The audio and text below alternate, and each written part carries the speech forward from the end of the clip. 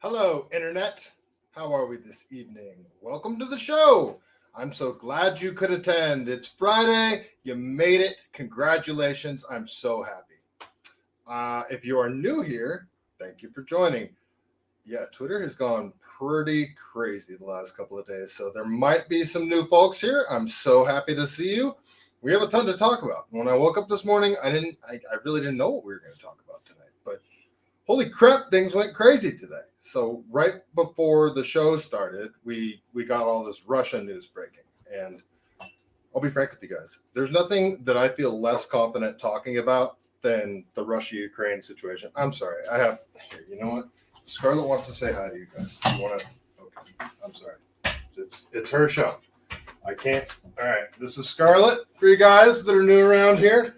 And when she wants to be in the show, everything's got to stop, and she has to take over. So, okay, you done? All right, can you go lay down, please? All right. Go lay down, please. Go lay down. Okay, thank you. All right. Sorry about the distraction there. Yes, she is a pit bull. She's ferocious, if you can't tell. All right. Well, yeah, so Russia, Ukraine, apparently what they're saying, and I don't trust anything coming out of the media, especially when it comes to Russia, Ukraine. Go lay down, Scarlett. They're saying that there's some sort of coup going on, some sort of civil war. Wagner, what town was it? I don't know. You guys can tell me throughout the show, Wally World, how you doing? If any news breaks off that you guys have confirmed, that isn't just propaganda, or you can preface it with, this is what's being reported, could be propaganda, please let me know in the comments. I'll be happy to talk about it, but I'm not even going to get into it too much. But apparently that's going on in Russia. We got earlier in the day, this made me mad because I'm a huge Jeremy Renner fan, and RIP Jeremy Renner was trending for a little bit, and I freaked out. I totally freaked out because for a second I thought Jeremy Renner was dead. So whoever did that, you're a jerk. Just wanted to tell you, you are a jerk for making me think that Jeremy Renner was dead, because Jeremy Renner is awesome. He just went through that horrific accident, got out of the hospital, and I'm pretty sure he's a Modesto guy. I want to say he's from Modesto. So yeah, I think he's a local dude. So whoever did that, you're a big jerk, man. That was messed up. So if you guys could let me know tonight, I've been having an echo problem when I play videos. So yeah, if you guys want to let me know in the chat also if I got an echo going on, that'd be great. Yeah, we got. Is Elon Musk really gonna fart? Well, if they fight, if Elon Musk fights Mark Zuckerberg, I actually wouldn't be surprised if we heard Elon Musk fart, because people think that Elon Musk would win in a fight with Zuckerberg. This is a case of you don't know what you don't know. Zuck's been legit training jiu-jitsu for, I think, like a year now. He's probably close to being a legit blue belt. And he's not like pussyfooting around playing with, like guys that don't know what they're doing. He was just training with Michael Musumeci. I think that's how you pronounce his last name. He's like my favorite guy. This dude is tiny. He's a total nerd. He's like the nicest guy on earth. You look at him, you would not think anything of him. This dude fights open weight. He's a little dude. He's shredded, but he's a little dude. And this dude jiu-jitsu matches, but he fights open weight. Like, he fights huge dudes and he wrecks them. He is the most wiry. This guy's awesome. And that's who Zuck was just training with. He's been training with some other really big names too. And he's been working on his striking. I've seen his striking. It kind of doesn't look great, but it's better than nothing. I've never seen Elon train whatsoever. He looks like he's not in good shape, guys. Maybe he's getting in better shape, but if you guys have ever been in a fight, you're not in any good shape and you don't know how to fight, you're good for about maybe 30 seconds before you're just, you can't do anything anymore. You're just tanked. You can't do anything. There's guys out like, this wouldn't be pretty if it actually happened. I don't see it actually happening. I don't see how it could possibly happen. And I think Elon Musk has nothing to gain here, dude. You shouldn't fight Zuckerberg. It would be bad. And because I would want to see Elon win, but it wouldn't happen. All right, I'm already spending way too much time talking about this stuff. It's all distraction, folks, because the big thing coming out is all this Biden crap. It's finally seems like the media is turning on the Biden crime family. That's what it seems like. I don't know. And it seems like I shouldn't be laughing. The submarine story. I mean, it kind of seems like they drew it out for longer than they need to, mainly to stretch the media coverage to Friday, where stories go to die. I was just watching this. I could have had the videos pulled up, but I have too much crap pulled up right now. I can't get to all of it. But James Cameron was talking last night. You guys know James Cameron's like submarine man. He built his own sub, and he likes to go freaking. There's a South Park episode about it. It's hilarious.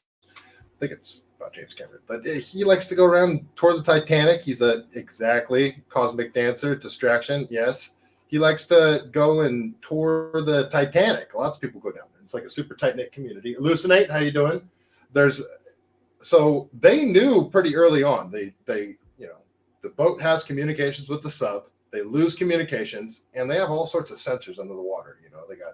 There's intelligent sensors. There's sensors for all sort of aquatic life, all sorts of crap, I'm sure.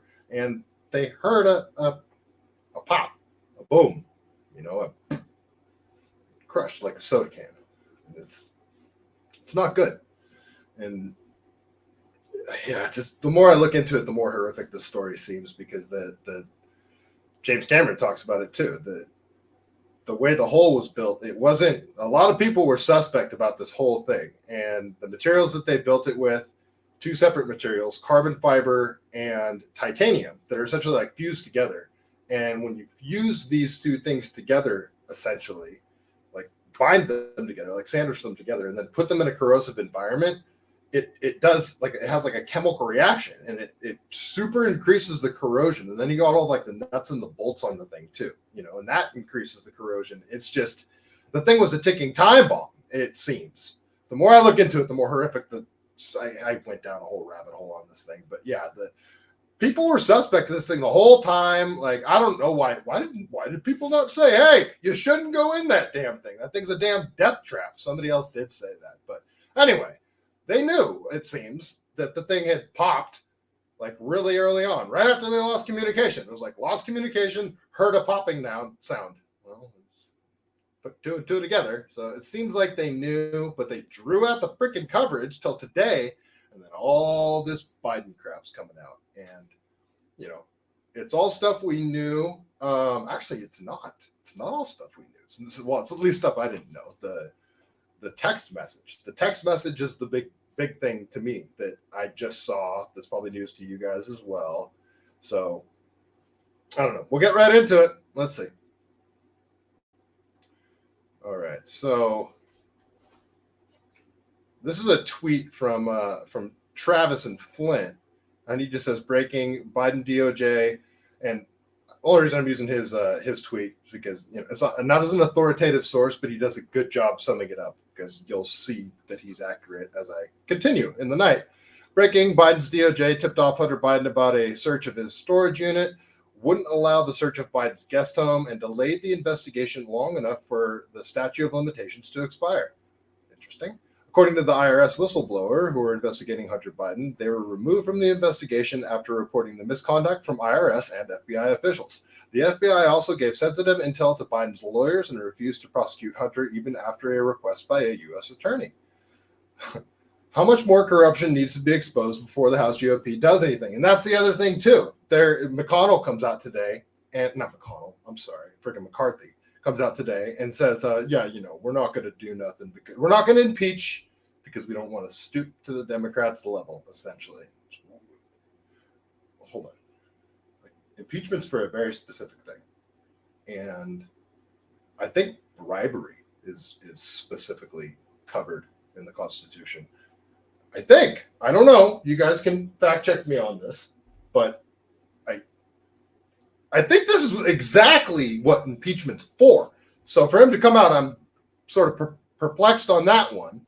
But yeah, that's you'll see that's a pretty good summation of what's going on there. And we'll get right into it. We'll get so this text message is what. Sorry, hold on. I did it again. This text message is well, here. Let's see how CNN is covering this thing first.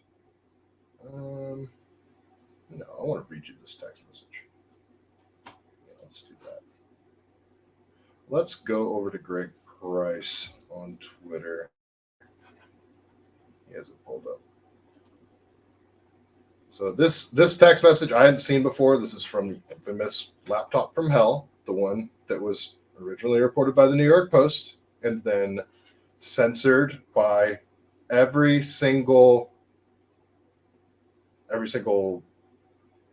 corporate press outlet, every single online outlet, every single social media outlet. It was insane how they suppressed the New York Post article during the election, and then, of course, it all ended up being true. And this is one of the text messages that came out today. So this is from Greg Price on Twitter. There you go. Hunter Biden used his father to pressure his Chinese business partner to send him millions of dollars. 10 days later, he received a payment of $5.1 million from the Chinese to his law firm. He then moved over $1 million to Joe Biden's brother's consulting firm. Their bank, he's meant to say then, their bank then shut down his account due to suspected money laundering. Okay, great. So this is the text message. I think the funniest part about this text message is that it shows the ... like somebody else, like somebody on the other end's typing. To me, that's just, I don't know.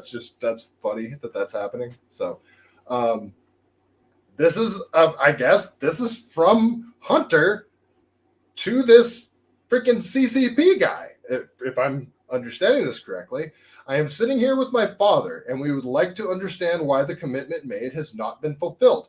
Tell the director that I would like to resolve this now before it gets out of hand. And now means tonight. And Z, if I get a call or text from anyone involved in this other than you, Zhang, the chairman, or the chairman, I will make certain that between the man sitting next to me and every person he knows and my ability to forever hold a grudge, that you will regret not following my direction. I am sitting here waiting for the call with my father. Okay, so that's coming from the son of, can't really call him the second most powerful man in the world, but vice president, second in charge. That's a pretty big freaking threat, and he's not beating around the bush with that threat either. So to me, this is like, that's the smoking gun. That's the smoking gun that everybody's been looking for this whole time. From my understanding, am I missing something? Like, shouldn't this be, like, isn't this the biggest information that's ever come out against the sitting president? Like, the most damning information? Like, think about Watergate. Think about what Nixon was freaking had to resign for, because he had some guys go sneak in a hotel to obtain some documents about wiretapping. Like, compare this to Watergate. This is insane. This is the son of the sitting vice president telling a foreign national that is essentially a CCP member that get your shit together, is going to be hell to pay. What? My brain's breaking. My brain is freaking breaking. And it seems like the memo went out too. Anyway, this is I don't know why I got this pulled up. This is attached to that tweet. Within 10 days of Hunter Biden's WhatsApp message to the Chinese official associated with the CEFC, a CEFC subsidiary, spent two payments totaling $5.1 million to accounts linked to Hunter, according to records cited on the Senate GOP investigation. Okay, there's a link attached. Okay.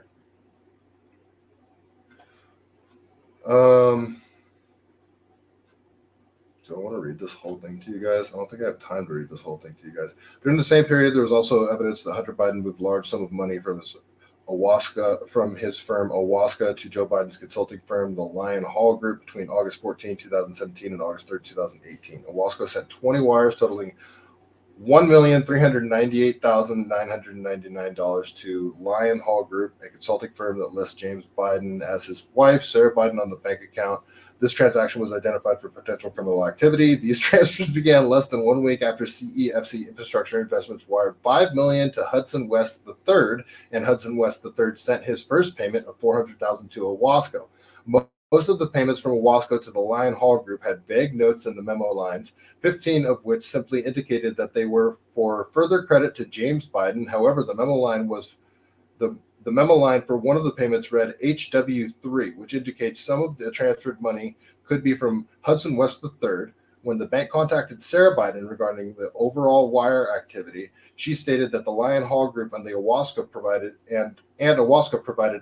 international and business consulting, that the Lion Hall Group was assisting Owasco with an international client through a contract that it had since terminated.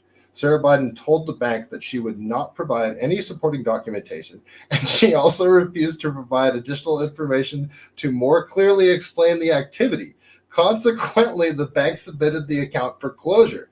The committees created the following chart with respect to the transaction, and I don't have that chart.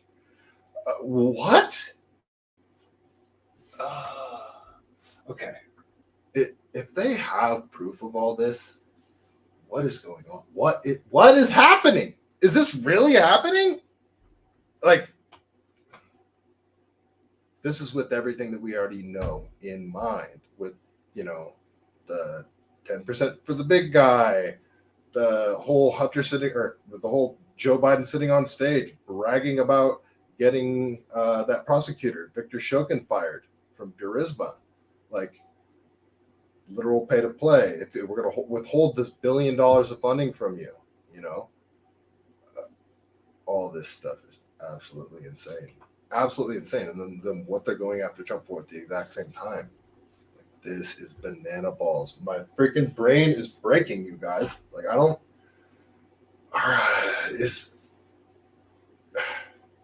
Does it ever just seem like it's not even real with how insane the information that's coming out is, and it seems like nobody cares? Walking around, you seem like you should walk out. There should be riots in the streets. Like, people should be freaking out everywhere, and nobody cares. Nobody freaking cares. I don't get it. It's insane. It's absolute madness. Everybody's just going around about their daily lives like everything's fine. We're living in the meme. The dog sitting at the table, the house burning down. Everything's fine.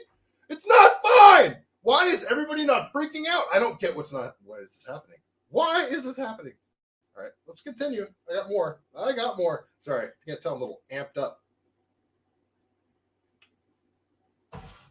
Let's continue. All right. What else we got?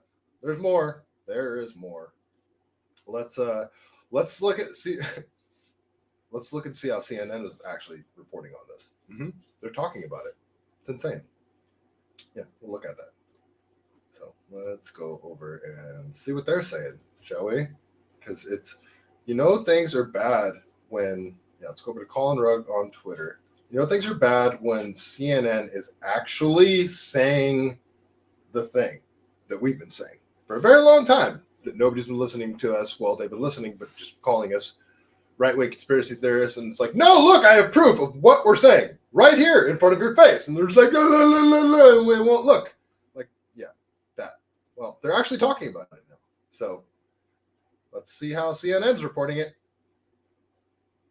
They say that their recommendation actually had the backing.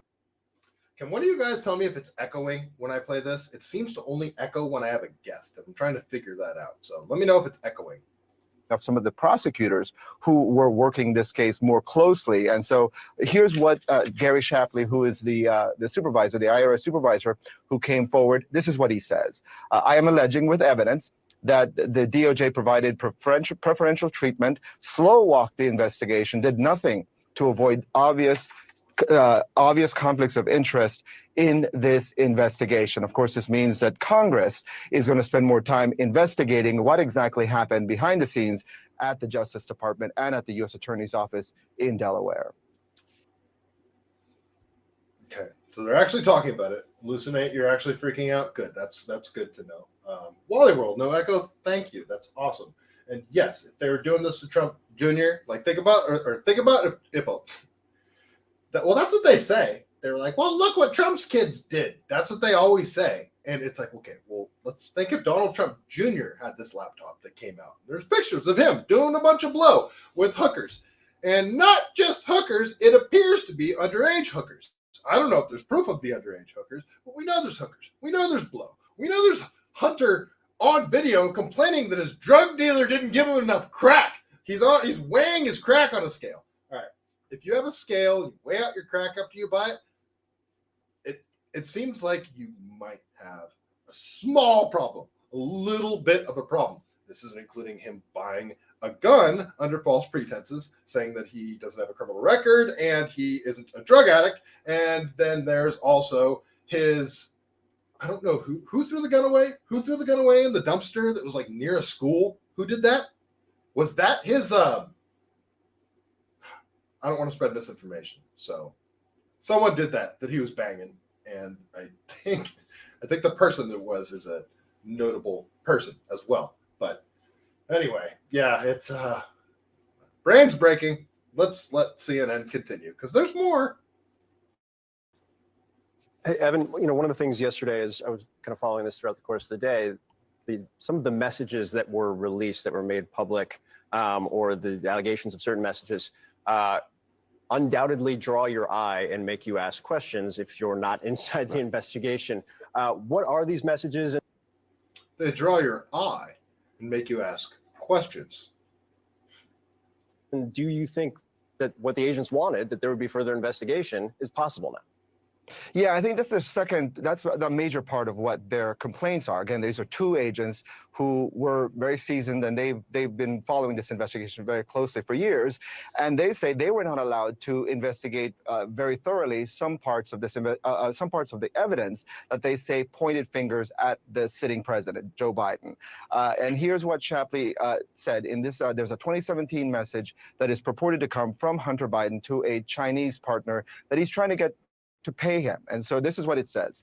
It says, I am sitting here with my father, and we would like to understand why the commitment has not been fulfilled. He goes on to say that essentially he will hold a grudge against whoever is not paying. And then he ends it by saying, I am sitting here waiting for the call with my father. Now, the importance of that is that, Joe Biden has repeatedly said that, he's never talked business, his son's business issues with his son. And again, this is a message from 2017. Joe Biden was not president at the time. But the question is, where was this message and where was evidence like this thoroughly investigated by the FBI and the IRS? Oh, okay. So he wasn't president at the time, or he wasn't vice president and he wasn't president. So this is when he was out of office, which to me almost makes it more suspect because then it's like, damn, you could still throw your weight around like that. You were just a vice president. You're an out of office vice president. You could still like, I mean, that's a big D move to say that. I don't know. So, okay. Well, CNN's actually reporting on this right now. And the White House press corps is actually reporting on this. They're actually talking about this. So it looks like they're throwing Biden under the bus. It seems to be that they're throwing Biden under the bus. Didn't Gavin Newsom just go on Hannity and have like a super softball interview with Hannity where he made Hannity look bad because Hannity sucks? He's an establishment shill. Weird. I wonder who's going to take Biden's place for the establishment. Anyway, let's go over to Liberty Lockdown on Twitter because he retweeted. Well, I just wanted to use his, but he retweeted Disclose TV. I think that's who it is. Yeah, stand by because Merrick Garland up on stage talking about, that's preposterous. That whole kind of thing. The old gaslight. Merrick Garland is, he's just extra, man. That guy is so bad. I cannot freaking stand Merrick Garland at all. And, he definitely holds a grudge against Trump for the whole Supreme Court shit. And, sorry, Shelly. I cursed. Sorry about that, Shelly. yeah, and he's gonna do whatever the Biden administration tells him to do, apparently. So let's go over to Disclose TV and see what Merrick Garland has to say. Mr. Attorney General, Republicans in Congress have flirted with the idea of holding the FBI director in contempt. It's become a talking point on the campaign trail, the alleged corruption in the FBI and other federal law enforcement agencies. Do the American people have cause to be concerned about the integrity of the components of this Justice Department? And what do you have to say about how they're acting? I certainly understand. How softer of a way could you ask that question to? Sir, people are kind of concerned that, maybe there's a little potential favoritism going on, maybe a little bit. And I don't know, they might sort of kind of starting to think that the DOJ has been weaponized. Maybe, like that's how she phrases it. Not, hey, you guys appear to be 100% bought and sold and completely infiltrated. Why haven't you been 100% disbanded? What is the FBI even needed for at this point? Because the corruption is to a point that it's so transparently obvious. We look like Soviet era KGB crap going on, where it's just like everybody knows you're lying, like the Dr. Peter Hotez crap going on right now. Like he won't go debate RFK, and so instead he just goes to every single establishment mouthpiece and talks about why he's right. And of course he can't go debate. And so instead of debating, spending an hour or 2 hours talking to Joe, he's going to go spend an entire week talking about why he doesn't need to debate and actually answer these legitimate questions that he doesn't want to answer. Anyway, sorry, tangent. Let's hear what Merrick Garland actually has to say. Let me go back a little bit here. I certainly understand that some have chosen to attack the integrity of the Justice Department and its components and its employees by claiming that we do not treat like cases alike. This constitutes an attack on an institution that is essential to American democracy and essential to the safety of the American people. Nothing could be further from the truth. So that's the ultimate gaslighting right there. It's a threat to democracy, a threat to the safety of the American people, and it's what was the last part? Preposterous. It's the ultimate gaslighting, and it's trying to use people's emotions against them, fear against them, and he's just not saying anything at all. Let's listen to that little part again, that last part. Institution that is essential to American democracy and essential to the safety of the American people. Nothing could be further from the truth. You've all heard me say many times that we make our cases based on the facts and the law. These are not just words. These are what we live by. They are the foundation of the way we make these decisions. The agents of the FBI, as well as the DEA, the ATF, our deputy U.S. Marshals, every day, often at great personal risk, protect the American people and secure its safety. Our cases are based on their work. I could not be more proud to work with them. All right, you human piece of garbage. Just, okay, whatever, dude. Everyone knows you're lying. And just, that's part of the whole demoralization thing, too. It's like Yuri Bezmenov talks about that. It's to sufficiently demoralize people. You want them to know that you're lying, and they are just helpless to do anything about it. Don't be demoralized, people. The House of Cards isn't just like crumbling right now. It has burst into flames, and it is I don't know how they're going to try to just wrap all this around Biden's neck. Like, they can't dump all this on Biden, especially with what I just said about the Hotez stuff coming out right now. The gig is up. People are starting to actually quit. Like, normies are questioning the vaccine now, and not just the COVID vaccine. Normies are questioning all vaccines, And yeah, it's quite interesting. It is. We live in exciting times, and I don't think they're going to be able to pin all this on Biden. It's quite obvious that just the whole thing's corrupt. The whole freaking thing, the media, all the Twitter file stuff that's come out, all the stuff that I'm always talking about all the time, just the whole thing is rotten, and it's all on display for everybody to see, this giant circus that we call the United States government. And here's another example of that. Let's go over to A Muse on Twitter. And what's this guy's name? Kirby? Is this John Kirby? I can't remember his name. It's another guy I cannot freaking stand every single time he starts talking. But let's listen to him not answer anything. But it's nice to see the White House press corps actually asking hard questions, but it's also suspect. It's like, why all of a sudden everybody now can ask the hard questions that we've all been wanting to be asked for a long time? Why all of a sudden now?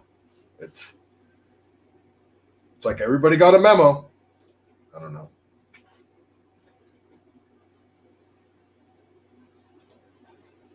The House Ways and Means Committee yesterday released documents, their authenticity nowhere challenged. That included a July 2017 WhatsApp message sent by Hunter Biden to Henry Zhao, a Chinese Communist Party official, which stated in its entirety, and I quote, okay, so that was a legit CCP official. So, I mean, this is big. This is freaking huge. And from my understanding, Hunter's lawyer verified this thing as true.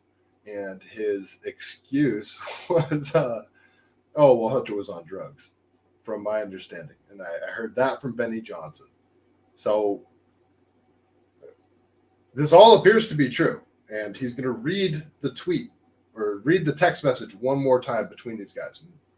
Remember, this is the former vice president's son who claims to be sitting next to the former vice president talking to a Chinese Communist Party official.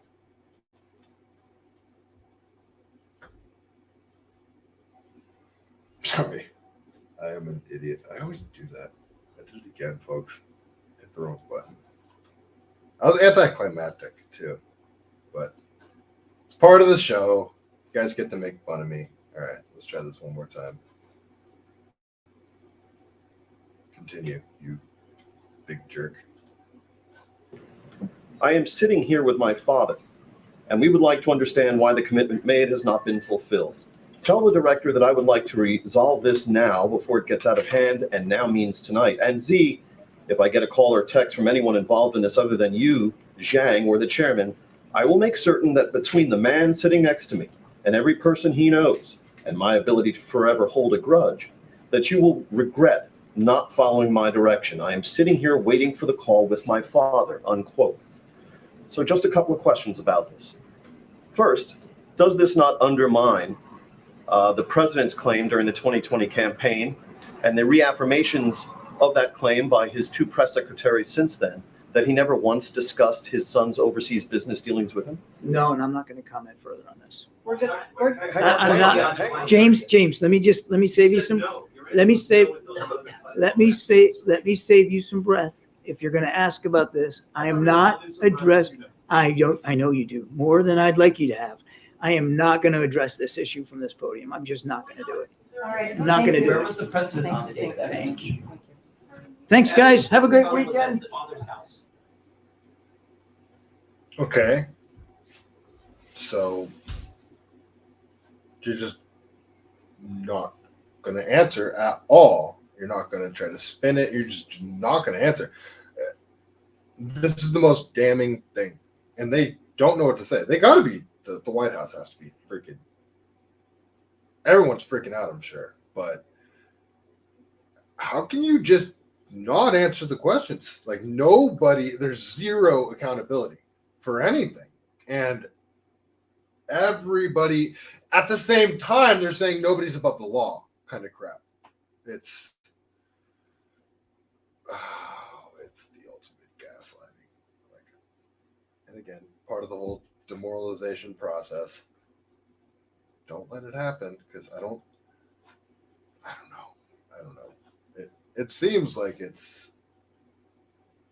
seems like in one regard the tide is turning. Like, people are waking up. Seems like more people have woken up than not now. At the same time, I don't know what the solution is. I don't see any way of fixing this. I just don't.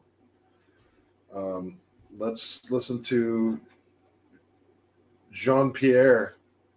Let's see what she has to say now. Let's see if she actually answers any questions. You guys think she does? I don't know. Let's see, because I'm sure the White House press corps is going to have the exact same questions for her. And that's what everybody wants to know. Everybody wants to know the same stuff. So let's see if she gets the same answers. The president invited his son Hunter to the state dinner last night. I'm wondering if you could take us into the thinking and decision making of why the president decided to invite. I'm just not going to get into family discussion, personal family discussion. As you know, Hunter is his son. I'm just not going to get into it. Let me ask you this: if Hunter Biden was, I forgot. This is on top of Hunter just cutting a super sweetheart deal for, whatever crimes he pled guilty to. Like, just happened. Just cut a deal, and of course, it's like the most soft deal you could ever get. But I think he says what it is right here. wasn't the president's son, would he have invited someone who had just reached a plea agreement with federal prosecutors Well, 2 days earlier? a couple of things. Again, that's his son. He's a family member. It is not uncommon for family members to attend events at the White House. You could look at past presidents. I'm sure you have. So that is not uncommon. As it relates to anything related to Hunter, I'm just not going to respond to it from here.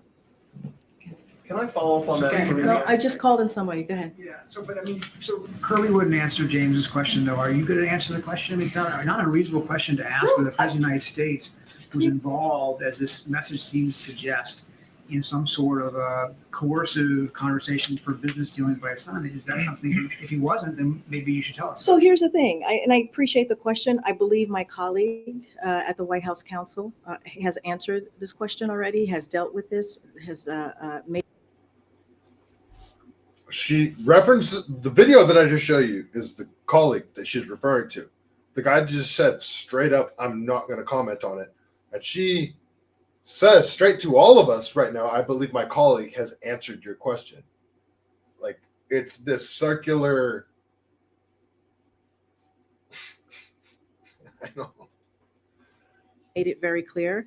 I just don't have anything to share outside of what my colleagues have shared. And so I would refer you to him and the DOJ. Just not going to comment from here. Text message. I will. What I can tell you is I know. All right, and she'll refer us to the DOJ. She'll refer us to Merrick Garland, who just said, any questioning of the DOJ is a threat to our democracy and American safety, and anything that was alleged is just completely preposterous. So these are the people that she wants you to reference. Know that my colleague has dealt with this. He addressed this at the White House Counsel. I just don't have anything else to share. I just answered the question. I just answered the question. Yes or no, was the president involved in the shakedown attempt? Stephen, I just answered the question. It's not up to you how I answer the question. I just answered the question by telling you my colleagues at the White House Counsel has dealt with this, and I would refer you to them. Go ahead. Can you just remind us what your colleague said from the White House Counsel so we have it? I would refer you to them, and they will share their statement with all of you. Your statements from that podium. You've stated that the president stands by his comment from the 2020 campaign that he never once discussed his son's overseas business dealings with his son. And you stood at that podium and you reaffirmed that. Do you stand by your reaffirmation? What I will say is nothing has changed. Nothing has changed. And I will leave it there. Oh, okay. So that's just a straight up bold-faced lie straight to him right there. So he's calling her out on a lie right there. So he's saying, hey, back in the day, whenever you claimed that Joe Biden never had any affiliation with Hunter Biden's business dealings. You said that from this podium. Are you standing by that statement now? And she's saying nothing's changed. This text message has apparently been confirmed as true, and Hunter Biden's lawyer said this text message is true. And they lie straight to your face. I talked about this on my last show. At what point are the lies big enough, or is there enough lies that you stop, that you cut them off? Like, think about this in terms of like a relationship with someone, not just like a romantic relationship, but any relationship that you have, a friend, a parent, a family member, a loved one. This is an abusive relationship when you know they're lying beyond all reasonable doubt. You are certain that they are lying about whatever, and they look straight in your face and say they're not. Well, okay, there's no, you are at an impasse. You have to move on from that person. Okay, well, how do we move on from this? This is the ultimate abusive relationship. We are in an abusive relationship with our government. The American people are in an abusive relationship with their government. An extremely abusive relationship with our government. This isn't even talking about the mass psychological campaign that they put everybody through the last 3 years. Continue, Karine Jean-Pierre. Anything else, I will refer you to the White House counsel. This is not a change. I just answered the question. You just asked me, does my statement change? I just told you nothing has changed. That's answering the question. Go ahead. Go ahead. The president was there 2 days Go ahead, prior. Stephen. I'm calling on your colleague right now. Go ahead. Thank you. To follow up on my colleague, is there anything that you can say with regard to this text message and what the president's son was alleging? Was the president there or not? I would refer you to my colleagues at the White House counsel. They have addressed this, and I refer you to them. Go ahead. They have not. Have you spoken to the president about this? Have you asked him whether he was there with his son on July 30th? This is not a conversation that I've had with the president. Again, I would refer you to the White House counsel. Do you plan to have that conversation? No. So the question here, like, is this a psyop or not? Right? Has the press corps decided on their own free will, like, you know what, enough is enough? We got to start asking the hard questions, or were they given the go ahead to ask these questions? That's my question. With the president? No. Did the president speak with the attorney general at all I last can't. night? I cannot say if the president had a conversation with the attorney general last night. What I can refer you to is the White House counsel's office as it relates to the allegations. They've already addressed this. This is something for them to deal with. I refer you to the Department of Justice on anything else if you don't want to speak to the White House counsel's office. And there was reporting earlier in the week that after the plea agreement was reached by Hunter Biden, that the president felt relieved that that part of it was behind him. Is that true? Can you speak I can't to his speak to that. I cannot speak to the president's mindset. Again, I would refer you to the White House counsel's office. So to recap that entire almost 4-minute clip, she answered 0 questions and claimed that her colleague, who also answered 0 questions, had already addressed all the issues that she was being asked about. Don't be demoralized. Ganko 1, yes, it's abusive. Don't be demoralized. What was he actually beside Hunter? Not defending, I'm just wondering. Oh, yeah, I don't know. Was he actually beside Hunter? Yeah, that's the question too. Oh, well, yeah, right. The lawyer confirmed that the text message was true. I don't know if he was sitting next to him or not. Yeah, no, excellent question. Yeah, we don't know. But, just him threatening that, the big guy is sitting next to him. I don't even know so much if it matters, I'm sure it does. But, yeah, it's an excellent question. Was Biden actually sitting next to him? Maybe the press corps will ask him, and I'm sure he'll deny it. But the gaslighting is just so bad because it's right to our freaking faces. It's so transparent. I guess I can't think of a better word. I mean, it's so obviously a lie. And here, we'll go back to, this is back in 2020. We'll go over to Peter Ducey. This is a tweet from Tim Young on Twitter. But this is a clip where Peter Ducey, called out Biden like out in the open. It wasn't at a White House press briefing. It was actually like Biden going to a helicopter or something like that. And Ducey just asked him straight up, hey, Hunter's business dealings, you got anything to do with them? And of course he denies. So,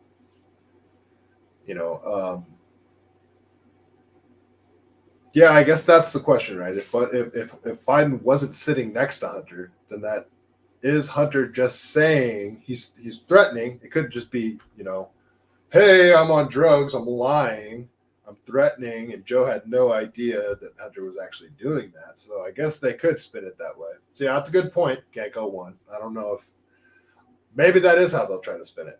I don't know. The Biden's like, I wasn't sitting there. You just, that darn kid. Like, I don't know. Maybe that's how they'll try to spin it. But here's Biden talking about, I never had anything to do with any of that crap. Mr. Vice President, how many times have you ever spoken to your son about his overseas business dealings? I've never spoken to my son about his overseas business dealings. And so how do you know? Here's what I know. I know Trump. Oh, actually, but I've never spoken to my son about his overseas business dealings. So I guess the smoking gun that they would need would be proof that he has spoken to Hunter about his business dealings. And I think there already is proof of that. They shared a bank account, essentially, So I don't think you need to prove that Biden was sitting next to him on that call. Like the fact that Biden shared a bank account with them, the other connections to Hunter's business dealings, Hunter threatening that with those other things in mind carries a lot of weight. So I don't even think it matters if Biden was sitting next to him or not. He could have been saying it figuratively, and the threat still carries as much weight. Like, I don't know how much that changes the situation. So, but I'm just thinking out loud here. So I'm not a lawyer either. I should, I'll talk to Tracy about that. See if I can get her back on soon. Deserves to be investigated. He is violating every basic norm of a president. You should be asking him the question, why is he on the phone with a foreign leader, trying to intimidate a foreign leader, if that's what happened? That appears what happened. You should be looking at Trump. Trump's doing this because... You see, but everybody should listen to some Sam Vaknin or read just take in 2, 3, 4 hours of content about cluster B disorders, about narcissistic abuse. Because once you recognize what a narcissist does, this is like classic narcissist behavior right there. You're confronted with a straight up are you doing this horrible thing? Narcissist, no, and you're a terrible person for even asking me if I do that horrible thing. In fact, that horrible thing is being done by this person over here, and deflecting and projecting as well. They'll also accuse other people of what they are actually doing. It seriously is textbook narcissistic behavior, what he's doing right here. And he gets loud and tries to be intimidating about it. He knows I'll beat him like a drum, and he's using the abuse of power and every element of the presidency to try to do something. And then exactly what he's doing right now, going after Trump, them weaponizing the Department of Justice and trying to lock Trump up for life, essentially. For what again? Look at all the stuff that's come out against Biden, and they're not touching him. They're trying to lock Trump up forever. However you feel about Trump, like him or not, look what they're doing to the man. This is insane banana republic crap. To smear me. Everybody looked at this, and everybody's looked at it and said there's nothing there. Ask the right question. Mr. Biden, okay, but you've never spoken to your son. Will he be impeached for this? Depending on what the House finds, he could be impeached, but I'm not making that judgment now. Okay. The House should investigate it. The House should investigate.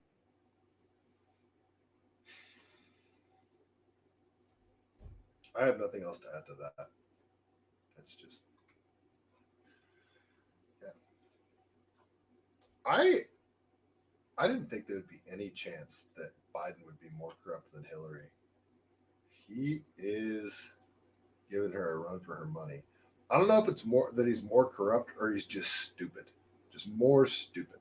Like the Clintons are good at being horrible, corrupt, evil people.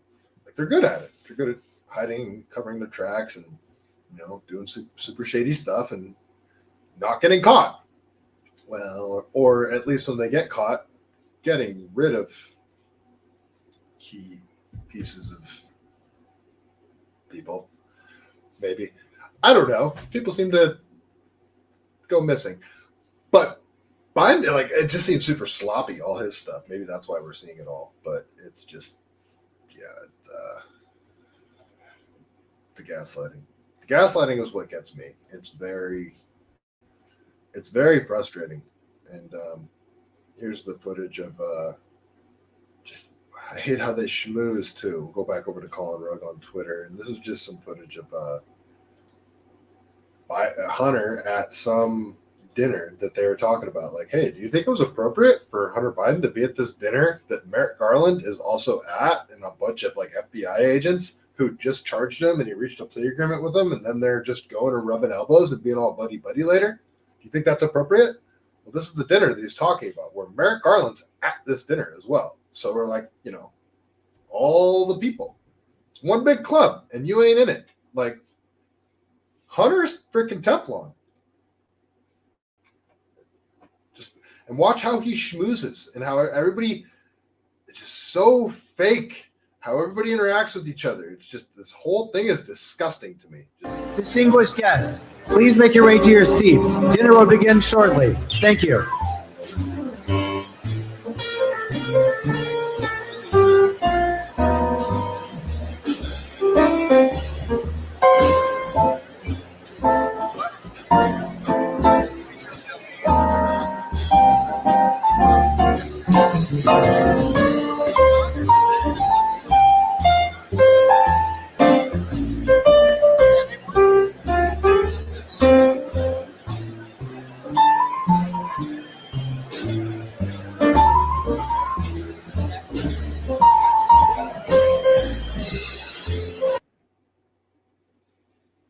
Give them bread and circuses.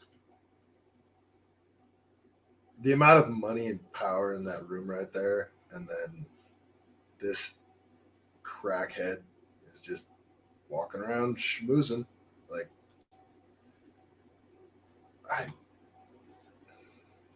I'm sorry, guys. This stuff bothers me. It freaking bothers me. I tell you not to be demoralized. I can't get demoralized either.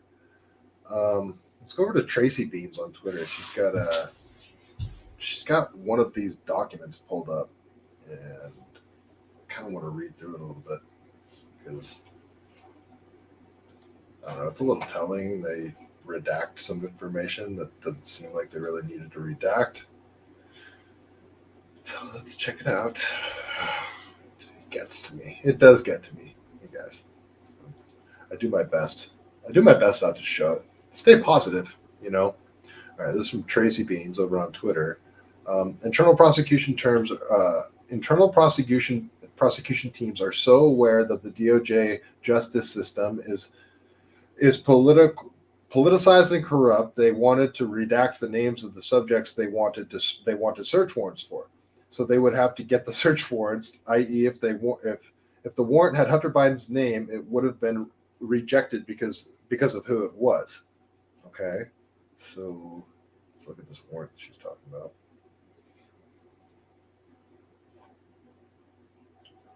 The following individuals participated in the call or were invited to this call. And they redacted the first person, the IRS CI special agent, and then FBI agents with the following email addresses. Okay, what's this other document? That just seems like they're redacting the FBI guys.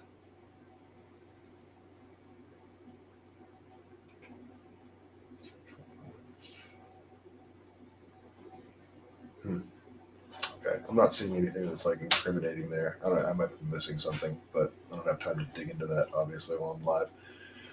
So that seemed more pressing. Let's see what she says here. They can send full SWAT to former President Trump's house and make sure CNN knows about Roger Stone's arrest, but they have to think real hard about the optics of executing a search warrant of Biden. Okay, what does this one say? So she stated the decision was whether the justice was worth the.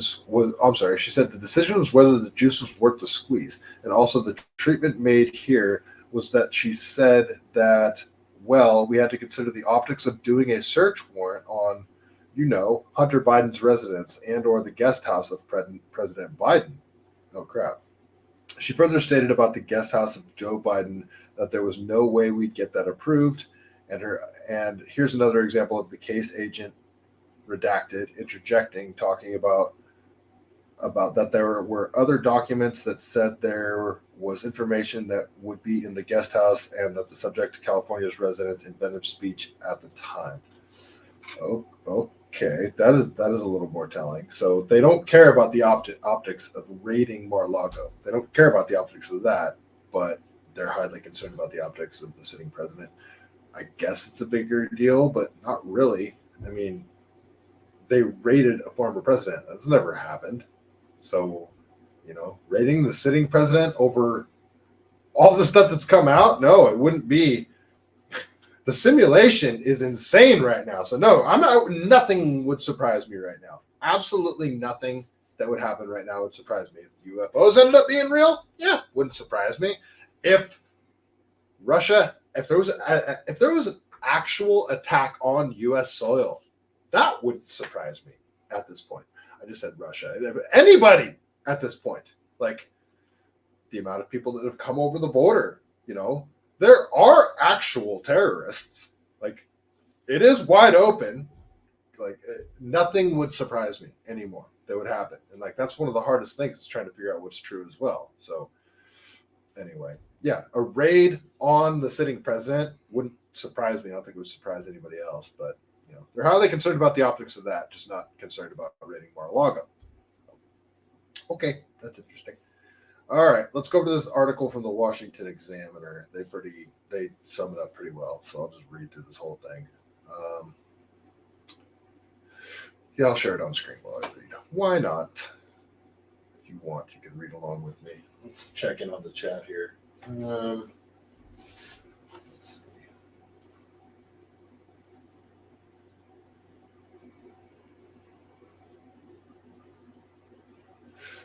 Yeah, wag the dog. Yes, for sure. Yeah, it makes me sick too. Yeah, it's all gone sideways. Yeah. Mm-hmm. All right. Yeah, okay. Let's go read this article here. The Washington Examiner has been decent lately. This is it. Yeah, this is it. All right. So this is from today. Jerry Dunleavy, Justice Department reporter. Okay, titled Biden Investigation, Burisma bribery claims concealed from the IRS investigators. Whistleblowers revealed that alleged bribery claims related to the Ukraine oligarch and Joe Biden's son, Hunter Biden, were not related to IRS and FBI investigators on the younger Biden's case in Delaware. A paid confidential FBI informant told the Bureau in June of 2020 that a foreign national allegedly claimed he had funneled $5 million to Joe Biden when he was the vice president and $5 million to Hunter Biden in an alleged criminal bribery scheme. The U.S. blind spot could lead to Chinese victory in Taiwan. Okay, I'm sorry, that's a separate article. I didn't need to read that. Former Attorney General William Barr said this month that these allegations were forwarded to U.S. Attorney David Weiss, the Delaware federal prosecutor who led the investigation into Hunter Biden, but IRS whistleblower told Congress this month that the bribery allegations from the confidential human source, or CHS, were never made known and therefore were never investigated by them. The whistleblower claims came from the IRS criminal investigation, or IRS-CI, agents who played key roles in the Hunter Biden investigation. Gary Shapley, a supervisory special agent with the IRS's criminal investigation, and an unnamed IRS agent who is referred to as Whistleblower X, The duo originally spoke with Congress in May, but sent follow-up statements to congressional investigators in June to say the Delaware U.S. Attorney's Office never told them about the alleged bribery claims. Okay, this keeps getting better. Sorry, lost my place for a minute. Neither I nor the line IRS CI agent acting under my supervision nor the FBI agents working with the IRS-CI were ever provided the CHS information that Attorney General William Barr recently referenced was sent to Delaware to have checked it out, Shapley told Congress. Prosecutors never provided such information to IRS-CI. As such, neither IRS-CI nor the FBI agents working with them were provided the opportunity to conduct a proper investigation into the allegations presented by this CHS. Shapley said this appears to be another example of prosecutors obstructing the investigative process, and there are likely more examples of information that prosecutors concealed from investigators, in addition to examples already provided to the committee during my previous testimony. I can't believe they're actually finally talking about all this crap. Whistleblower X's attorney told Congress that as Mr. X has testified, he was the IRS-CI case agent over the subject investigation at the time, and Mr. X has stated to me that he has never seen the FBI Form 1023 and that he does not recall ever hearing this information being turned over to any meetings with the prosecutor team in Delaware. Mykola Zolevsky, the Ukrainian owner of Burisma, was the foreign national involved in the alleged criminal bribery scheme, aimed at shaking an alleged investigation into Burisma by the then Ukrainian prosecutor Viktor Shokin, according to sources familiar with the FBI record who described its contents to the Washington Examiner. We've known this forever. The sources said Zolevsky said he believed it would be difficult to unravel the alleged bribery scheme for at least 10 years because of the number of bank accounts involved. Amid the threat of being held in contempt of Congress, FBI Director Christopher Wray allowed members of the GOP-led House Oversight Committee to review the FD 1023 form this month that contained redacted versions of the allegations from the paid FBI informant. Let's see. Oh, crap. Oh, man.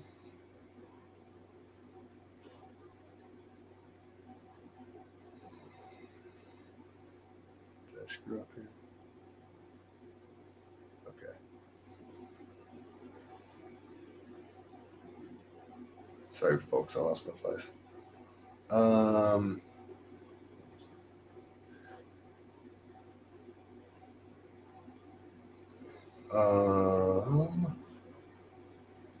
think I was here. House Republicans said the alleged bribery scheme was related to Joe Biden's effort as vice president to pressure the Ukrainian government to fire Ukrainian prosecutor Viktor Shokin. Republicans said the FBI form indicated the alleged bribes were aimed at shaking off a corruption investigation. Grassley said in October that the FBI is in possession of voluminous evidence of potential criminal conduct by Hunter Biden related to his overseas business dealings with China and Ukraine, according to whistleblower disclosures. These details were not sent to Wray, Delaware federal prosecutor David Weiss, and Attorney General Merrick Garland. Oh, I'm sorry. These details were sent to Wray and Weiss and Merrick Garland. The whistleblower allegations relate to Hunter as well as James Biden, Joe's brother and Hunter's uncle. Yeah, the Biden crime family. Regarding to the duo's dealings with the Chinese government-linked energy conglomerate CEFC, China Energy. They also related to the younger Biden's work of Burisma. And any big company in China you're a member of the CCP at that point, essentially. Like, if anybody steps out of line from what the CCP wants, I mean, look what happened to the what's his name, the guy from Alibaba, that dude. Crap, I can't remember his name off the top of my head. Jack Ma. I can't remember his name, but maybe that was it. But look what they did to him. Like, so if a company leader steps out of line in China, like, yeah, you don't do that. Like, you'll disappear for a year, kind of come back talking about how great the CCP is. So, if they are entangled with a major Chinese energy company, yeah, this is a big deal. Okay. Let's see. Hunter joined the board of Ukrainian energy giant Burisma in 2014 as he was reportedly paid $50,000 or more each month. 50 grand a month. Oh, that's a lot of money to me. I'm sorry. I'm just thinking about that. If I had 50 grand a month, man, that'd be nice. Grassley and Senator Ron Johnson released a joint report in 2020 with much of its focus on the then Vice President Biden's role in helping guide the Obama administration's Ukraine policy while Hunter Biden held a lucrative position on the Burisma board. Yeah, super shady. The FBI has within its possession a series of documents related to the information on Mykola Zalewski, the owner of Burisma, and his business and financial associations with Hunter Biden, Grassley wrote in an October letter last year. The document in the FBI's possession includes specific details with respect to conversations by non-government individuals relevant to potential criminal conduct by Hunter Biden. Burisma became a hot-button issue when President Donald Trump referenced it in the July 2019 call with Ukrainian President Volodymyr Zelensky. The call spurred a whistleblower complaint, which sparked Democratic-led impeachment proceedings in the House, where Democrats denied Shokin had truly been investigating Burisma, and Republicans argued he had been. So, like, that's a huge part of this as well. Trump was just like, hey, Zelensky, this whole thing looks super shady. What's up with that? They impeached him for it. Like, the implications of that. This is why people say the deep state. All Trump did is ask about the actual crimes, and they impeached him. Okay. Trump and his Republican allies claimed Joe Biden improperly used his position as vice president to pressure Ukraine to fire Shokin to protect his son from an investigation into Burisma. Democrats deny this and argue the focus on Burisma was part of an effort to dirty up Joe Biden. He brags about it on stage. I should have pulled that video up. He brags about this exact thing on stage. I'm sure you guys have seen the video. He can't help himself. He's actually talking about on stage. Yeah, I told him straight up, you don't fire this prosecutor, Victor Shokin, you're not getting the $1 billion. They're like, you can't do that. You're not the president. And he's like, call him. You're not getting the money if he's not fired when I leave here at 6 a.m. And then he says, and guess what? What is exactly what he said? Something like, we'll and go figure. They fired him and they put in someone that we could trust, he says. It's insane. Like he bragged about the exact thing that they're talking about right there, and then the Democrats deny it again. Like when they just look you straight in the face and deny exactly what you know is true and have proof for. And like, at what point do you just say, okay, everything you say is a lie, and I'm not going to listen to a word you said? Oh man. President Biden said the bribery allegations were a bunch of malarkey. When asked about them Thursday after he first quipped, "Where's the money? I'm joking."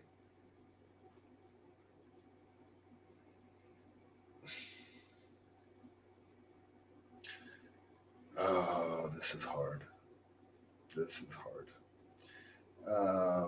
Okay. Ukrainian officials said in June 2020 that they were offered $5 million in bribes to shut down criminal investigations into Burisma and allow Zalewski, who had been living abroad, to return to Ukraine. They said this was unconnected to Joe and Hunter Biden. Hunter Biden said in 2019 that he spoke with his father about his position on the Burisma board just once, saying his father told him, "I hope you know what you're doing." Hunter Biden says he replied, "I do." A witness who testified in a witness who testified in front of the Hunter Biden grand jury in Delaware was reportedly asked about the identity of the big guy in relation to the president's son's business efforts with the Chinese energy conglomerate CEFC. The now infamous big guy email, which emerged in October of 2020, detailed an attempted business deal between Chinese company and Hunter Biden. The email referenced 10 held by H for the big guy. October of 2020. I swear we heard about this way before that. I want to say we heard about the big guy like way before that, but I could be wrong. The email is from businessman James Gillier to Hunter Biden and others dated May 3rd, 2017, and it discussed expectations of potential deal and its remuneration packages. The email notes that Hunter would receive $850,000 and lists him as chair, vice chair, depending on agreement with CEFC. The email goes on to say that the equity will be distributed with 20% for H. The email also points to 10 for James Biden. Tony Bobulinski, and he's been talking about this forever, a former Navy lieutenant who had been business partners with Hunter Biden, was one of the email recipients and said in October of 2020 that the big guy is a reference to Joe Biden. Bobulinski said before the final Trump-Biden debate that Hunter Biden called his dad the big guy or my chairman and frequently referenced him for his sign-off or advice on various potential deals. Didn't he go on Tucker saying that? Joe Biden spokesman Andrew Bates said the now president has never held stock in any such business arrangements, nor has he any family member or any other person ever held stock for him. CEFC is a since defunct multi-billion-dollar Chinese company founded by Yi Yingmeng, who Hunter and James Biden had attempted to work out numerous deals with, and from whose company the duo ultimately received millions of dollars. Text from Bobulinski suggests that Joe Biden met with Hunter and James as the president's son and brother pursued a potentially lucrative deal with CEFC. The meeting appears to have taken place on the night of May 2nd, 2017 in Los Angeles. This is so damning. And just nobody cares. It says it's a conspiracy theory. Timothy Thibault, the former FBI assistant special agent in charge of the Washington field office who left the bureau in late August, allegedly ordered closed an avenue of additional derogatory Hunter Biden reporting in October of 2020, even though all of the reporting was either verified or verifiable via criminal search warrants. Bobulinski is reportedly concerned that Thibault worked to bury the information that he provided to the FBI in October of 2020. Rep. James Comer released a memo early this year stating that 2 months before Biden left the vice presidency, the CEFC-linked company State Energy HK Limited wired $3 million to an account belonging to Hunter Biden associate Rob Walker. The Republicans said Walker wired $1,065,000 the next day to a company associated with Giller, author of the infamous Big Guy email. Comer said that Walker then began sending funds to Biden family members and companies associated with Hunter Biden and James Biden, with the 3-month total adding up to more than $1 million. Oh, man. So it's just like, all right. It's like Oprah, you get a car, you get a car, you get a car, except they're just, using your tax dollars. Comer said that Walker then began sending funds to the Biden family members and companies associated with Hunter Biden and James Biden, with the 3-month total adding up to more than $1 million. Sorry, I just read that. Joe Biden has frequently maintained that he has never spoken with Hunter about his overseas business dealings, but he had reassured Hunter Biden in a voicemail that he was in the clear following the release of an article covering his dealings with the CEFC. The president also wrongly claimed during the October 2020 debate with Trump that my son has not made money in China. So just lies upon lies upon lies, caught in the lies, more lies. Nobody cares. This is madness. This is the president should be stepping down any day now level of stuff that has come out. Like it's just, I wouldn't be surprised if Biden was forced to step down, if the whole establishment decided to tell him to step down. I wouldn't be surprised. Yeah. I legitimately think that Gavin Newsom's going to run. And yeah, they don't want an impeachment, even though McCarthy said he's not going to impeach. I don't know. What do you guys think is going to happen? Like, I don't. Jack Ma, thank you, Pete Grabber. It was Jack Ma. Yeah, what do you guys think is going to happen? They don't want an impeachment, even though McCarthy says they're not going to impeach. But Boebert is actually going to do a force the vote thing. It's so funny because Jimmy Dore's always, talking crap to AOC whenever they want to see who's actually voting against the thing. And this here is the thing to vote against is not impeaching Biden. So Boebert is forcing a vote on this, which is going to make everybody go on the record of if they should impeach Biden or not. Biden should obviously be impeached. High crimes and misdemeanors. Bribery with a foreign nation. Yeah. And continued cover up of this whole thing. Like, I'm not a lawyer again, but I don't see how this isn't impeachable.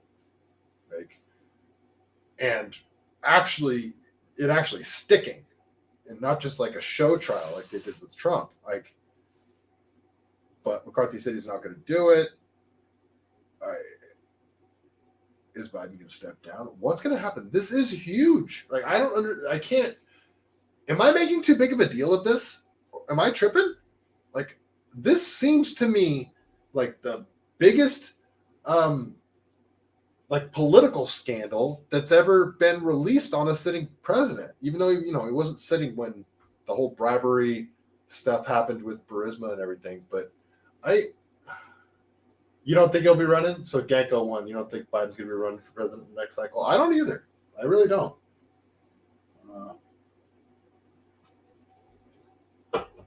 But I don't know. I'm the last person to pretend like I got it all figured out. I have nothing figured out. I'm just bringing you guys what I'm seeing and telling you what my crazy tinfoil brain thinks. So, yeah, that's kind of the summation of everything that's come out about Hunter. And, they wait until Friday for everybody to start reporting on it. Like, that's even more suggestion that is a really big deal, because they like to wait until Friday where news goes to die to release the big stories when they don't want people talking about them. And, they drew out the whole submarine story, and where it seems like they knew what happened pretty early on and they could have told us, but I don't know. Were they covering for this story? I don't know if they're actually throwing Biden under the bus, or this is organically happening, or it's a combination of the two.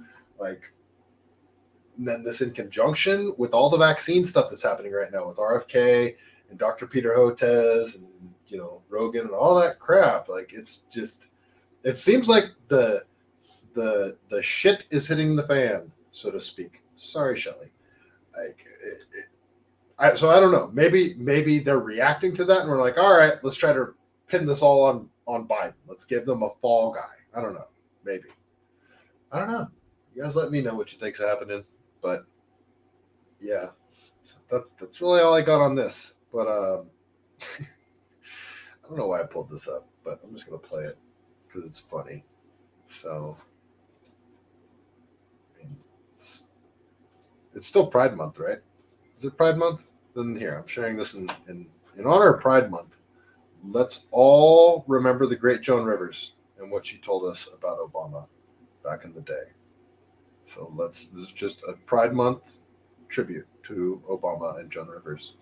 And do you think that the country will see the United States will see the first gay president or the first woman president? We already have it with Obama, so let's just calm down. Got it.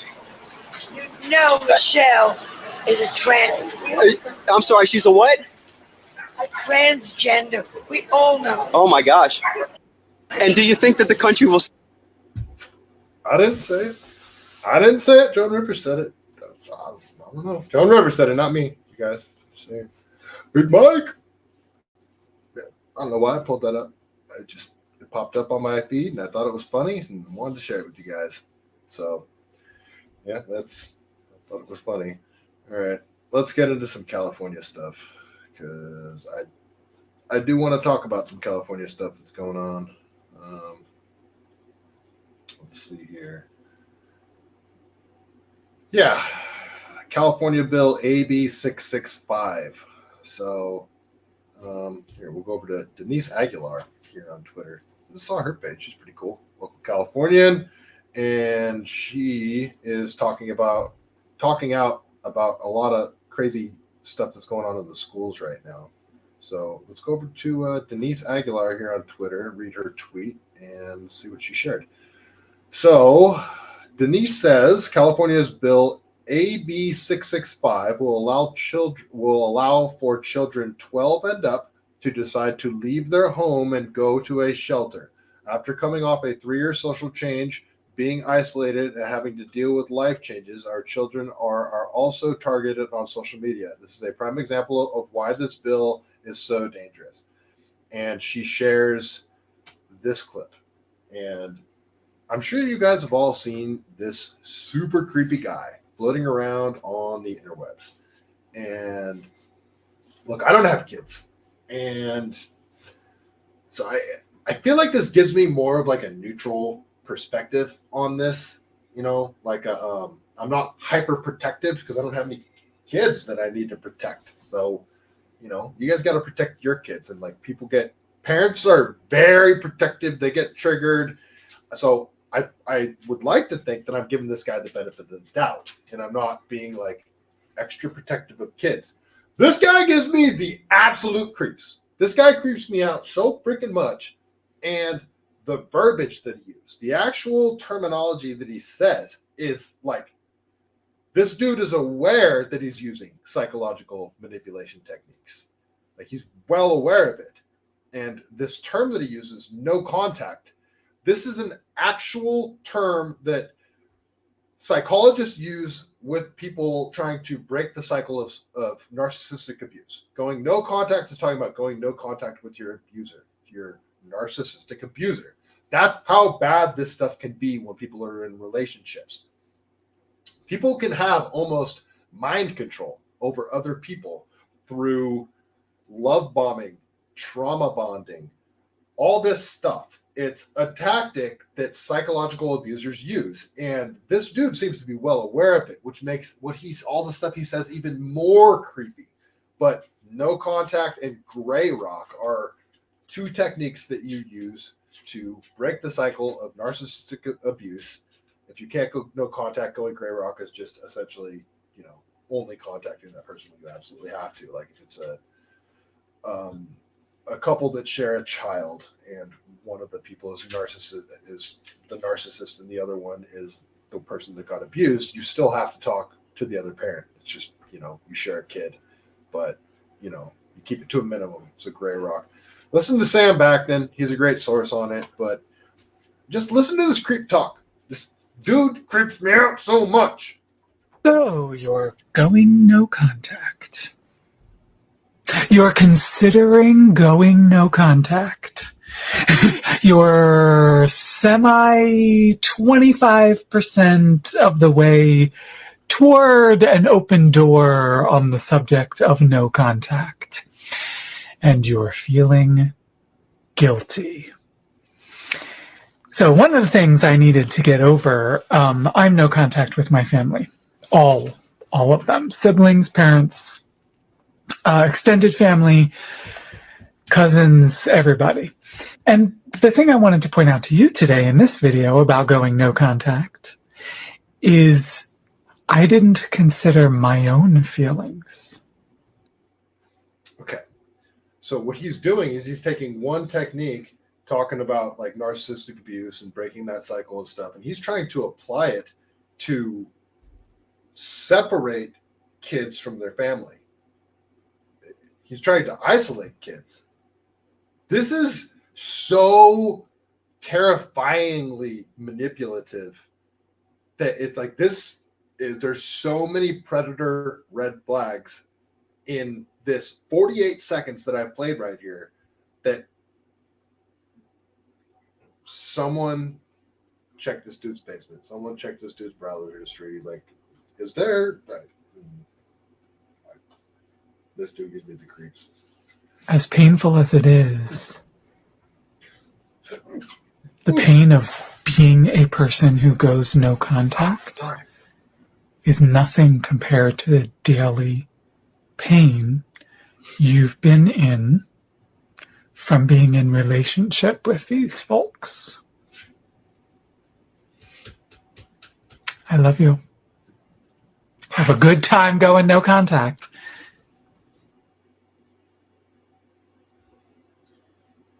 And then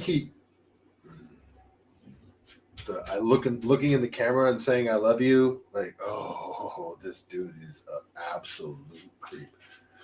Guaranteed you he's all over his DMs too, trying to talk to little kids. Like he's talking directly to little kids right there. That's who he's targeting. Literally like target audience. The dude's a freaking predator. And anyway, that's what she shared to just,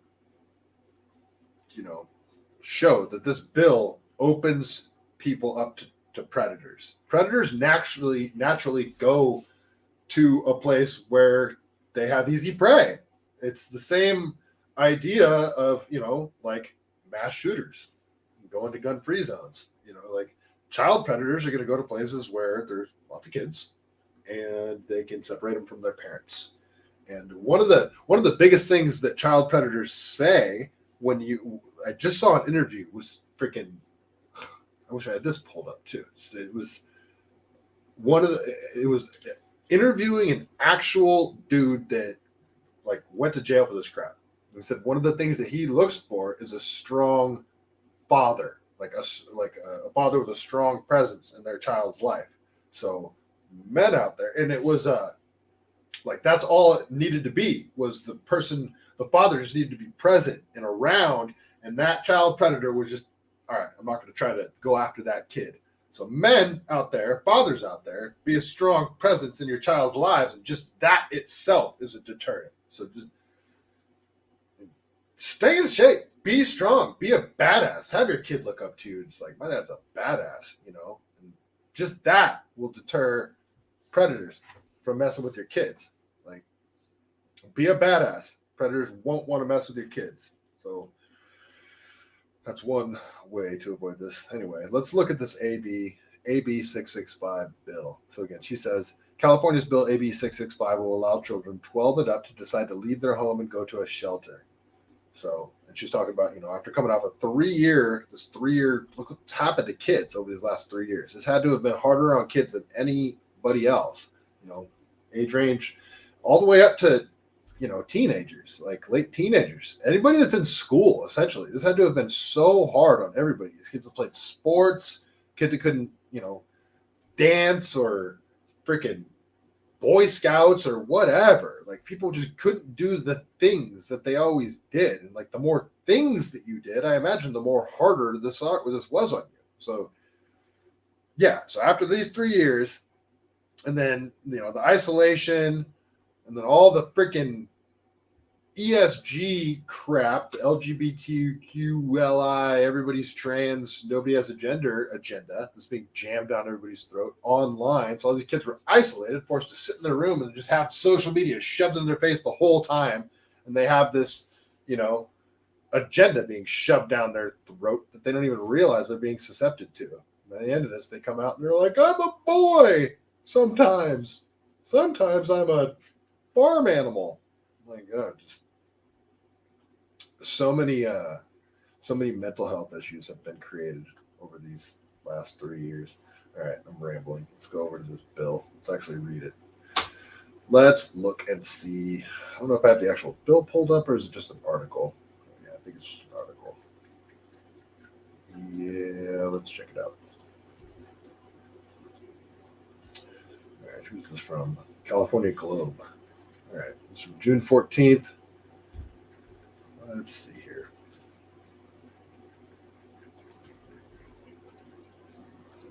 Let's go over to the California Globe and see what they have to say about California Bill AB 665.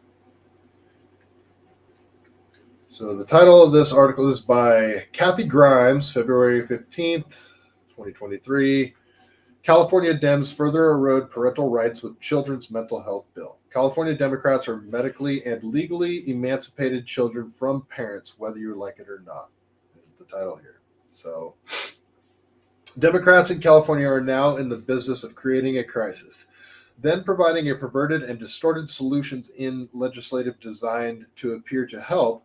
However, there are very few things California does well, and California government leads the pack of incompetent governments. Okay, this is obviously an opinion piece, but this is a super long article. All right, let's get to the chase here. Let's see. I'm going to jump down to where she starts talking about the bill. Assembly Bill 665 appears to be an offshoot of Senator Wiener's SB 866 from last year, which was an offshoot of another family-destroying bill authorizing children to seek medical care without parental oversight and approval. In California, it is already law to allow a minor who is 12 years of age to consent to mental health treatment or counseling on an outpatient basis or to residential shelters. If the minor is mature enough to participate intelligently in the outpatient service or residential shelter services, or if the minor is alleged victim of incest or child abuse. Okay.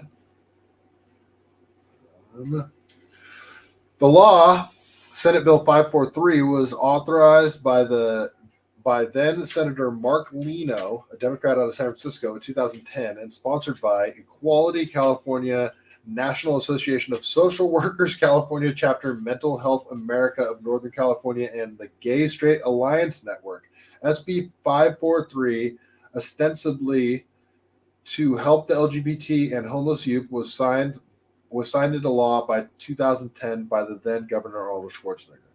Carrillo's bill will remove the additional requirements that the child must present a danger of serious physical or mental harm to themselves or to others, or the alleged victims of incest or child abuse in order to consent to mental health treatment or counseling on an outpatient basis or to residential shelter services.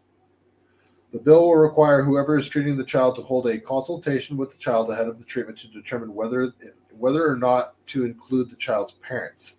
Whoa! The bill will also require whoever is treating the child to hold a consultation with the child ahead of treatment to determine whether or not to include the child's parents. So the state is going to decide whether or not you should be included. Oh, God, this is so gnarly. The bulk of the mental health treatment or counseling services in the bill are with government agencies. The professional person providing the treatment means a marriage and family therapist, a licensed educational psychologist, a credentialed school psychologist, a clinical psychologist, or a chief administrator of an agency. Your 12-year-old can also seek to move into a residential shelter. Residential shelter services means the provision of residential and other support services to minors on a temporary or emergency basis in a facility that services only minors by a government agency, a person or agency having a contact with the government agency to provide these services. An agency that refuses funding from community funds or a licensed community care facility or crisis resolution center. Does this mean a 12-year-old can move into a group home which has a contract with a government agency or into a crisis resolution center when the parent doesn't even know there is a crisis? Okay. Scott Wiener. This is just looking at a Scott Wiener tweet. Like, is his last name really Wiener? Like, this super creepy guy and his last name is Wiener. Teens shouldn't have to plot, scheme, or fight with their parents to get a vaccine. They should simply be able to walk in and get vaccinated like anybody else. Oh, boy. That's suspect. That is so freaking suspect, Scott Wiener. What else do you think teens should be able to do without their parents' consent, Scott Wiener? Freaking creep. What? Man, I never saw that tweet before. Last June, the Globe reported on Senate Bill 866 by Senator Scott Wiener, Democrat out of San Francisco, and Richard Pan, Democrat out of Sacramento, to allow children as young as age 12 to take the COVID vaccine without parental consent. I introduced new legislation, SB 866, to lower the vaccine age of consent from 18 to 12, Senator Wiener posted on his Twitter page. Unvaccinated teens are at risk, put others at risk, and make schools less safe. They often can't work, participate in sports, or go to friends' homes. Let's let these teens protect their health. You creep. Students have never been a major vector for COVID-19, Dr. Peter Kola told the Globe in an interview in 2022. There were no school outbreaks. Even in the first year, he said, and even the pandemic and second year, there have been no major outbreaks. I like McCullough, but I feel like they could have used a different source there that the left would have been more receptive to, because they immediately just paint McCullough as a conspiracy theorist.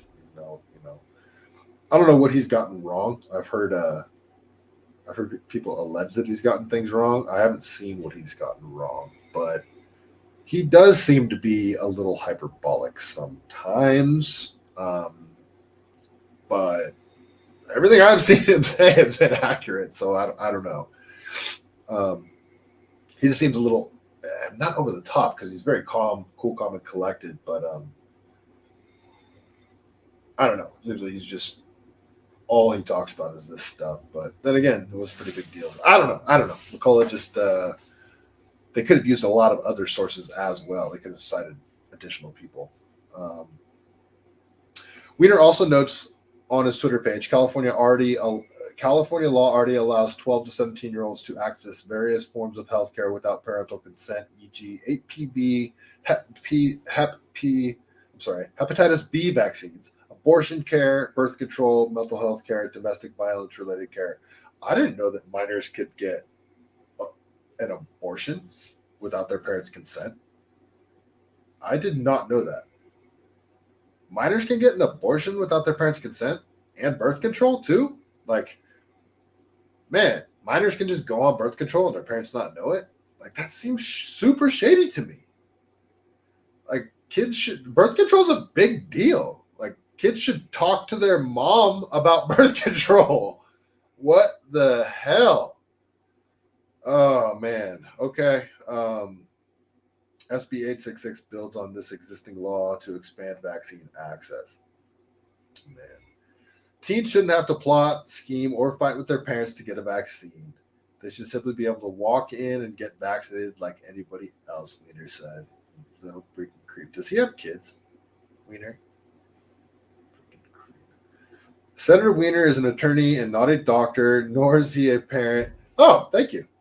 But he sends his huge thanks to all the teens in California and across the country who are fighting every day to expand vaccine access and makes positive change. I am in awe of your tenacity and determination. Man, he's giving me the same vibes as the creep that I just played you the video from, is talking about go no contact. He seems like he's trying to separate kids from their parents as well. Isolate kids, Oh, Scott Wiener, you are suspect as hell, man. This dude. And he just looks super creepy, too. This weaselly little, just looks like the wind would blow him away. Oh, I am super sus. The more I learn about Scott Wiener, the more I am suspect of this guy. The state Senate passed Weiner's bill, but he could not get the votes in the assembly and had to pull it before the end of the session. Expect him to bring it back this year, even though COVID isn't prominent any longer, because his bill wasn't really about being safe from COVID any more than Wendy Carrillo's bill is about teen mental health. California parents are systemically being replaced by school counselors, teachers, mental health providers, abortion providers, gender-affirming trans care specialists, or any number of adults willing to give vaccines, feed kids drugs, provide opposite-sex hormones, authorize gender surgeries, and get them treatment for sexual violence and rape without a parent being any wiser. I like who's ever writing this article. California Democrats are medically and legally emancipating children from parents, to quote Gavin Newsom. Whether you like it or not. He said that? He really said that? Oh, okay. She only quoted whether you like it or not. Okay, that's the article. So, all right, Kathy Grimes. Kathy Grimes, the editor of California Globe, is a longtime investigative journalist covering the California state capitol and the author of California's War Against Donald Trump. Who wins, who loses? Huh. Kathy Grimes. All right, I'm with it. Good article. All right. You guys find her. Find her on Twitter. Kathy Grimes. She's good. Okay. All right. So, California Bill, what was it? 665? Yeah. California Assembly Bill 665. No good. No good, folks. All right. That's that one. There's one other bill I want to share with you, and I think I have time. Another California bill. We are going to stop talking about them going after your kids and go over to they're trying to do another concealed carry ban now, where like in California around here, concealed carry it started there. You can actually get a permit. It's counties are giving permits now. Like I could actually get one if I go and try. I just freaking haven't because I'm stupid. But yeah, you could actually go get your concealed carry. It's not impossible to get around here anymore, but they're trying to make it impossible again, it seems. So let's look at this other. Here, let's go over to the Firearms Policy Coalition of California. Yeah. Firearms Policy Coalition on Twitter.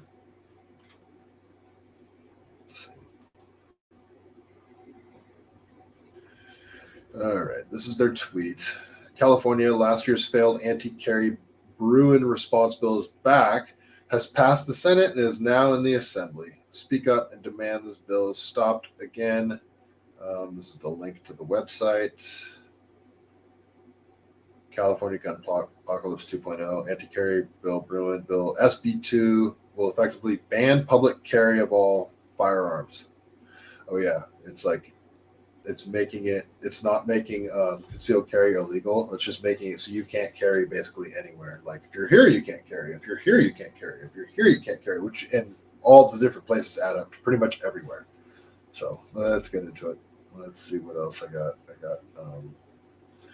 I got some details on this pulled up here.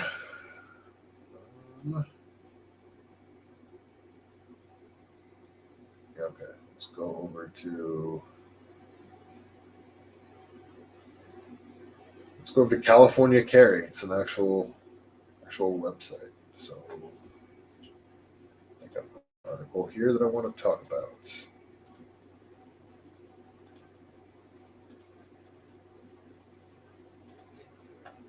I'm hungry. I want a burrito. I know you guys don't even know that. Alrighty. So this is from CaliforniaCarry.org. 2023 legislative update, SB 2. The ban concealed carry everywhere bill is what they're calling it. SB 2 of 2023 is California's promised reaction to the Bruin Supreme Court decision. Following the footsteps of New York, California has proposed this Make Guns Illegal Everywhere bill. It is high unconstitutional and blatantly, I should say highly. It is highly unconstitutional and blatantly violates Bruin, Heller, and McDonald.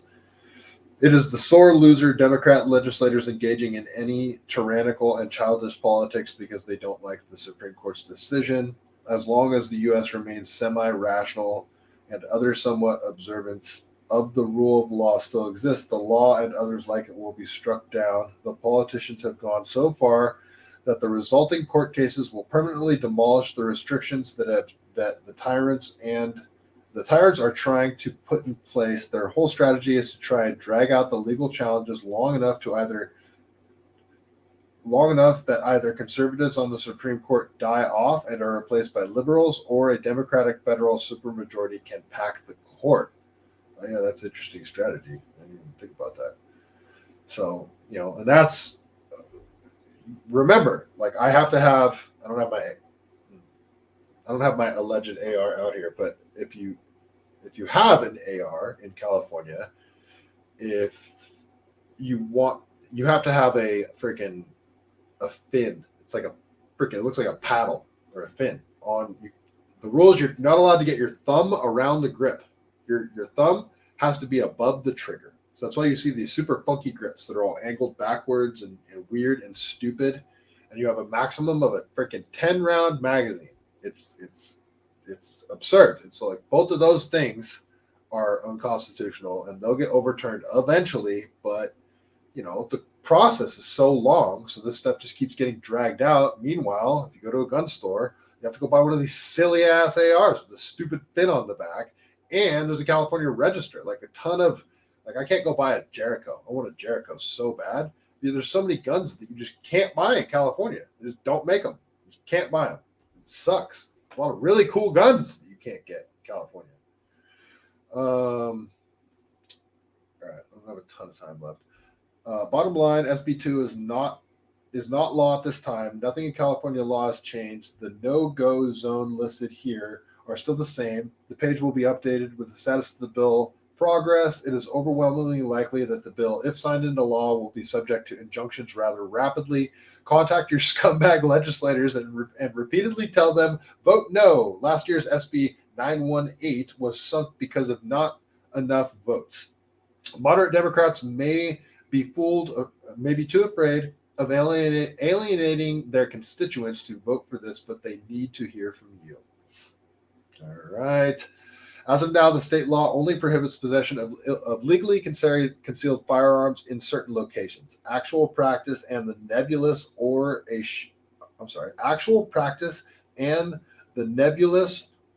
sheriff's chief CCW restrictions notwithstanding. For instance, bars are not technically gun-free zones in California, though a licensee may lose their LTC if found carrying in one. This bill would apply the force of the law to many places that sheriff/chiefs place off limits and add new places. This bill is so broad, it basically prohibits concealed carry except on public streets and sidewalks or private property where the owner specifically allows it. Never mind no gun zones. The list includes. Okay, so like anywhere you would want to be carrying. It's like if I was allegedly carrying, I would be doing so when I know I'm going to an extremely crowded area, like I'm going to a mall or any extremely crowded area, an event, a movie, a lecture of some sort, like any extremely crowded area, I'm going to want to be carrying. They're trying to make all these places illegal to carry at. So all public buildings and permitted public events. Okay, right there. So any concert venue, any sporting event, like all these places you can't carry. So all the people that are likely to, if I was concealed carrying and an active shooter started shooting people indiscriminately, I would be willing to try and engage that shooter and end the threat with being conscious of what's behind that shooter, trying not to get shot myself, and getting shots on target. Though I'm not very good I'm not like, there's so many people that are way better than me. I'm not like, but the point is, you're taking the gun out of my hands and so many other good men's hands and women that would not want to, but be willing to engage the threat and end the threat before the police can get there. They would save lives. And you're taking that ability away from civilians, where none of these mass shooters are ever going to listen to, oh, sorry, this is a gun-free zone. I can't do my mass shooting in this gun-free zone. Like, what? You're just creating more targets. You're creating more sitting ducks. Right? So all public buildings and permitted events, all areas under control of an airport authority, public airports, public transportation, and certain private transportation, bars and restaurants, daycares, and childcare facilities. So if you're running a daycare, you can't protect all the kids. Are you kidding me? So the Nashville shooter, think about if one of the teachers in that Catholic school or whatever was carrying. Even though, the Nashville police on that one, they were on it. Those dudes, I'm not a huge fan of cops, but those dudes handled business. They ended that threat very quickly. They really made the whole Uvalde situation, they put that in perspective with how many cops are standing around doing nothing and just letting kids get slaughtered. And then these Nashville giant brass ball cops come in and just engage. And you saw their tactics. These boys were trained. Like these boys practice this shit regularly. And those dudes did an excellent job ending that threat. It was pretty badass, but would have been ended even quicker had a teacher had a firearm that was trained and used it. It was a good person, that kind of thing. Like, people are so triggered with like, oh, there's a firearm in the room. And it's like, yeah, and the best person that you know is holding that firearm. Why are you freaking out? Like, it's not going to jump out of his pants and start killing people. It doesn't do that. Playgrounds and parks, state parks, and land under control of the Department of Fish and Wildlife. What? Okay, from my understanding, if you're fishing, you don't even need to have your permit, your concealed carry permit. If you're fishing in California, if you're out fishing, like you're actively fishing, you could be walking around with a pistol on your hip, from my understanding. I don't know if that's true. You guys could fact check me on that. But so no longer Department of Fish and Wildlife. So if I'm trail running on trails that people don't know about in freaking mountain lion country, in bobcat country, no, I never run with a gun. I don't. It's just, it'd be too cumbersome. If I was running in bear territory, I might actually consider it. Dale Stark, if you guys want to follow Dale Stark on Twitter, he has the exact pistol I want and the exact harness holster